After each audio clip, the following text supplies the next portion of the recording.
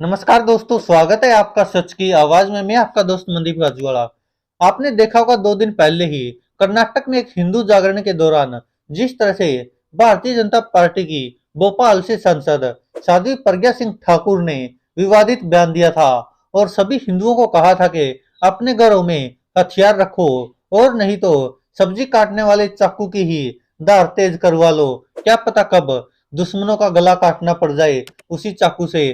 कभी आपके घर पर हमला हो सकता है। अपनी बहन बेटियों की आत्मरक्षा के लिए चाकू की धार तेज कर लो, ऐसा बयान दिया था। जिसके बाद भारतीय जनता पार्टी के कुछ नेता साध्वी प्रज्ञा सिंह ठाकुर के बचाव में भी उतरे, तो वहीं कांग्रेस नेताओं ने साध्वी प्रज्ञा सिंह ठाकुर पर देशद्रोह की धारा लगाने तक की मांग कर डाली।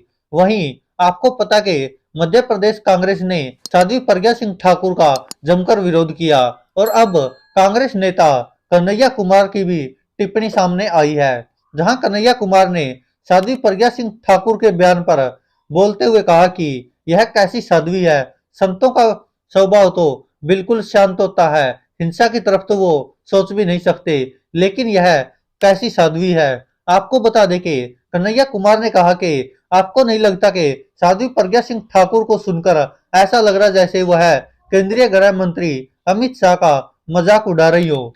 आगे कन्हैया कुमार ने कहा कि वह हिंसा की बात कर रही है, मुझे लग रहा इसमें कोई न कोई उनकी योजना है। कन्हैया कुमार ने मुंबई में कांग्रेस के 138वें स्थापना दिवस के अवसर पर एक सभा को संबोधित करते हुए कहा, जो लोग वास्तव में संत प्रवृत्ति के होते हैं वे कभी भी हिंसा की बात नहीं करते, वे कभी भी नफरत वाली भाषा का इस्तेमाल नहीं करते, बल्कि वे लोगों को बांटने की बजाय केवल उन्हें जोड़ने की बातें करते हैं। लेकिन साध्वी प्रज्ञा सिंह ठाकुर बिल्कुल उल्टा कर रही है, लोगों से कह रही है घर में धारदार चाकू रखे।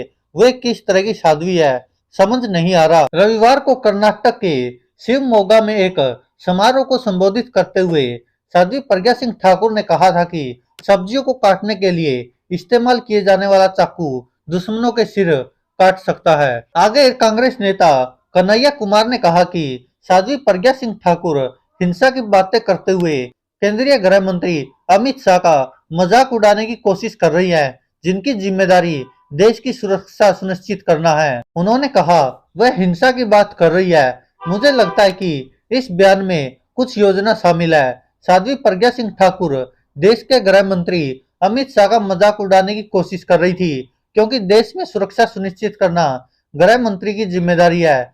इसलिए मुझे लगता है कि साध्वी प्रज्ञा सिंह ठाकुर यह कहने की कोशिश कर रही है कि गृह मंत्री बेकार है, इसलिए हम सभी को अपने चाकुओं की धार को तेज करने की जरूरत है। आगे कन्हैया कुमार ने सवाल किया कि मैं यहाँ खड़े सभी पुलिस कर्मियों से पूछना चाहता हूँ कि चाकू को तेज करना हमारा कर्तव्य है, सुरक्षा बल क्या करेंगे, या अगर हम चाकू को तेज करने का काम करेंगे तो कानून क्या करेगा।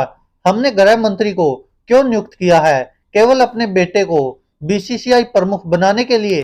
उन्होंने कांग्रेस की भारत जोड़ो यात्रा की सराहना करते हुए कहा कि राहुल गांधी देश की नींव और भाईचारे को बचाने निकले हैं। आपको बता दें कि साध्वी प्रज्ञा सिंह ठाकुर ने मंगलवार को उस समय विवाद खड़ा कर दिया था जब उन्होंने कर्नाटक के शिवमोगा में कहा कि अपनी बेटियों को सुरक्षित रखें, घर में हथियार रखें, सब्जियों को काटने के लिए इस्तेमाल होने वाले चाकू को तेज करें। अगर हमारी सब्जियां अच्छी तरह से कट सकती है तो दुश्मनों के सिर और मुंह भी अच्छे से कट जाएंगे। कर्नाटक कांग्रेस के विधायक प्रियंक खड़गे ने उनकी टिप्पणी के लिए उन पर निशाना साधा और कानूनी कार्रवाई की चेतावनी दी। उन्होंने कहा कि यह दुर्भाग्यपूर्ण है कि एक सांसद इस तरह के बयान दे रही है, वह पहले से ही एक आतंक आरोपी है। मुझे नहीं पता कि कर्नाटक इस तरह के माहौल को क्यों बढ़ावा दे रहा है, हम इसके खिलाफ कानूनी शिकायत दर्ज करेंगे। तो दोस्तों, ये थे साध्वी प्रज्ञा सिंह ठाकुर पर किए गए कांग्रेस द्वारा हमले, जो कि आपने सुने।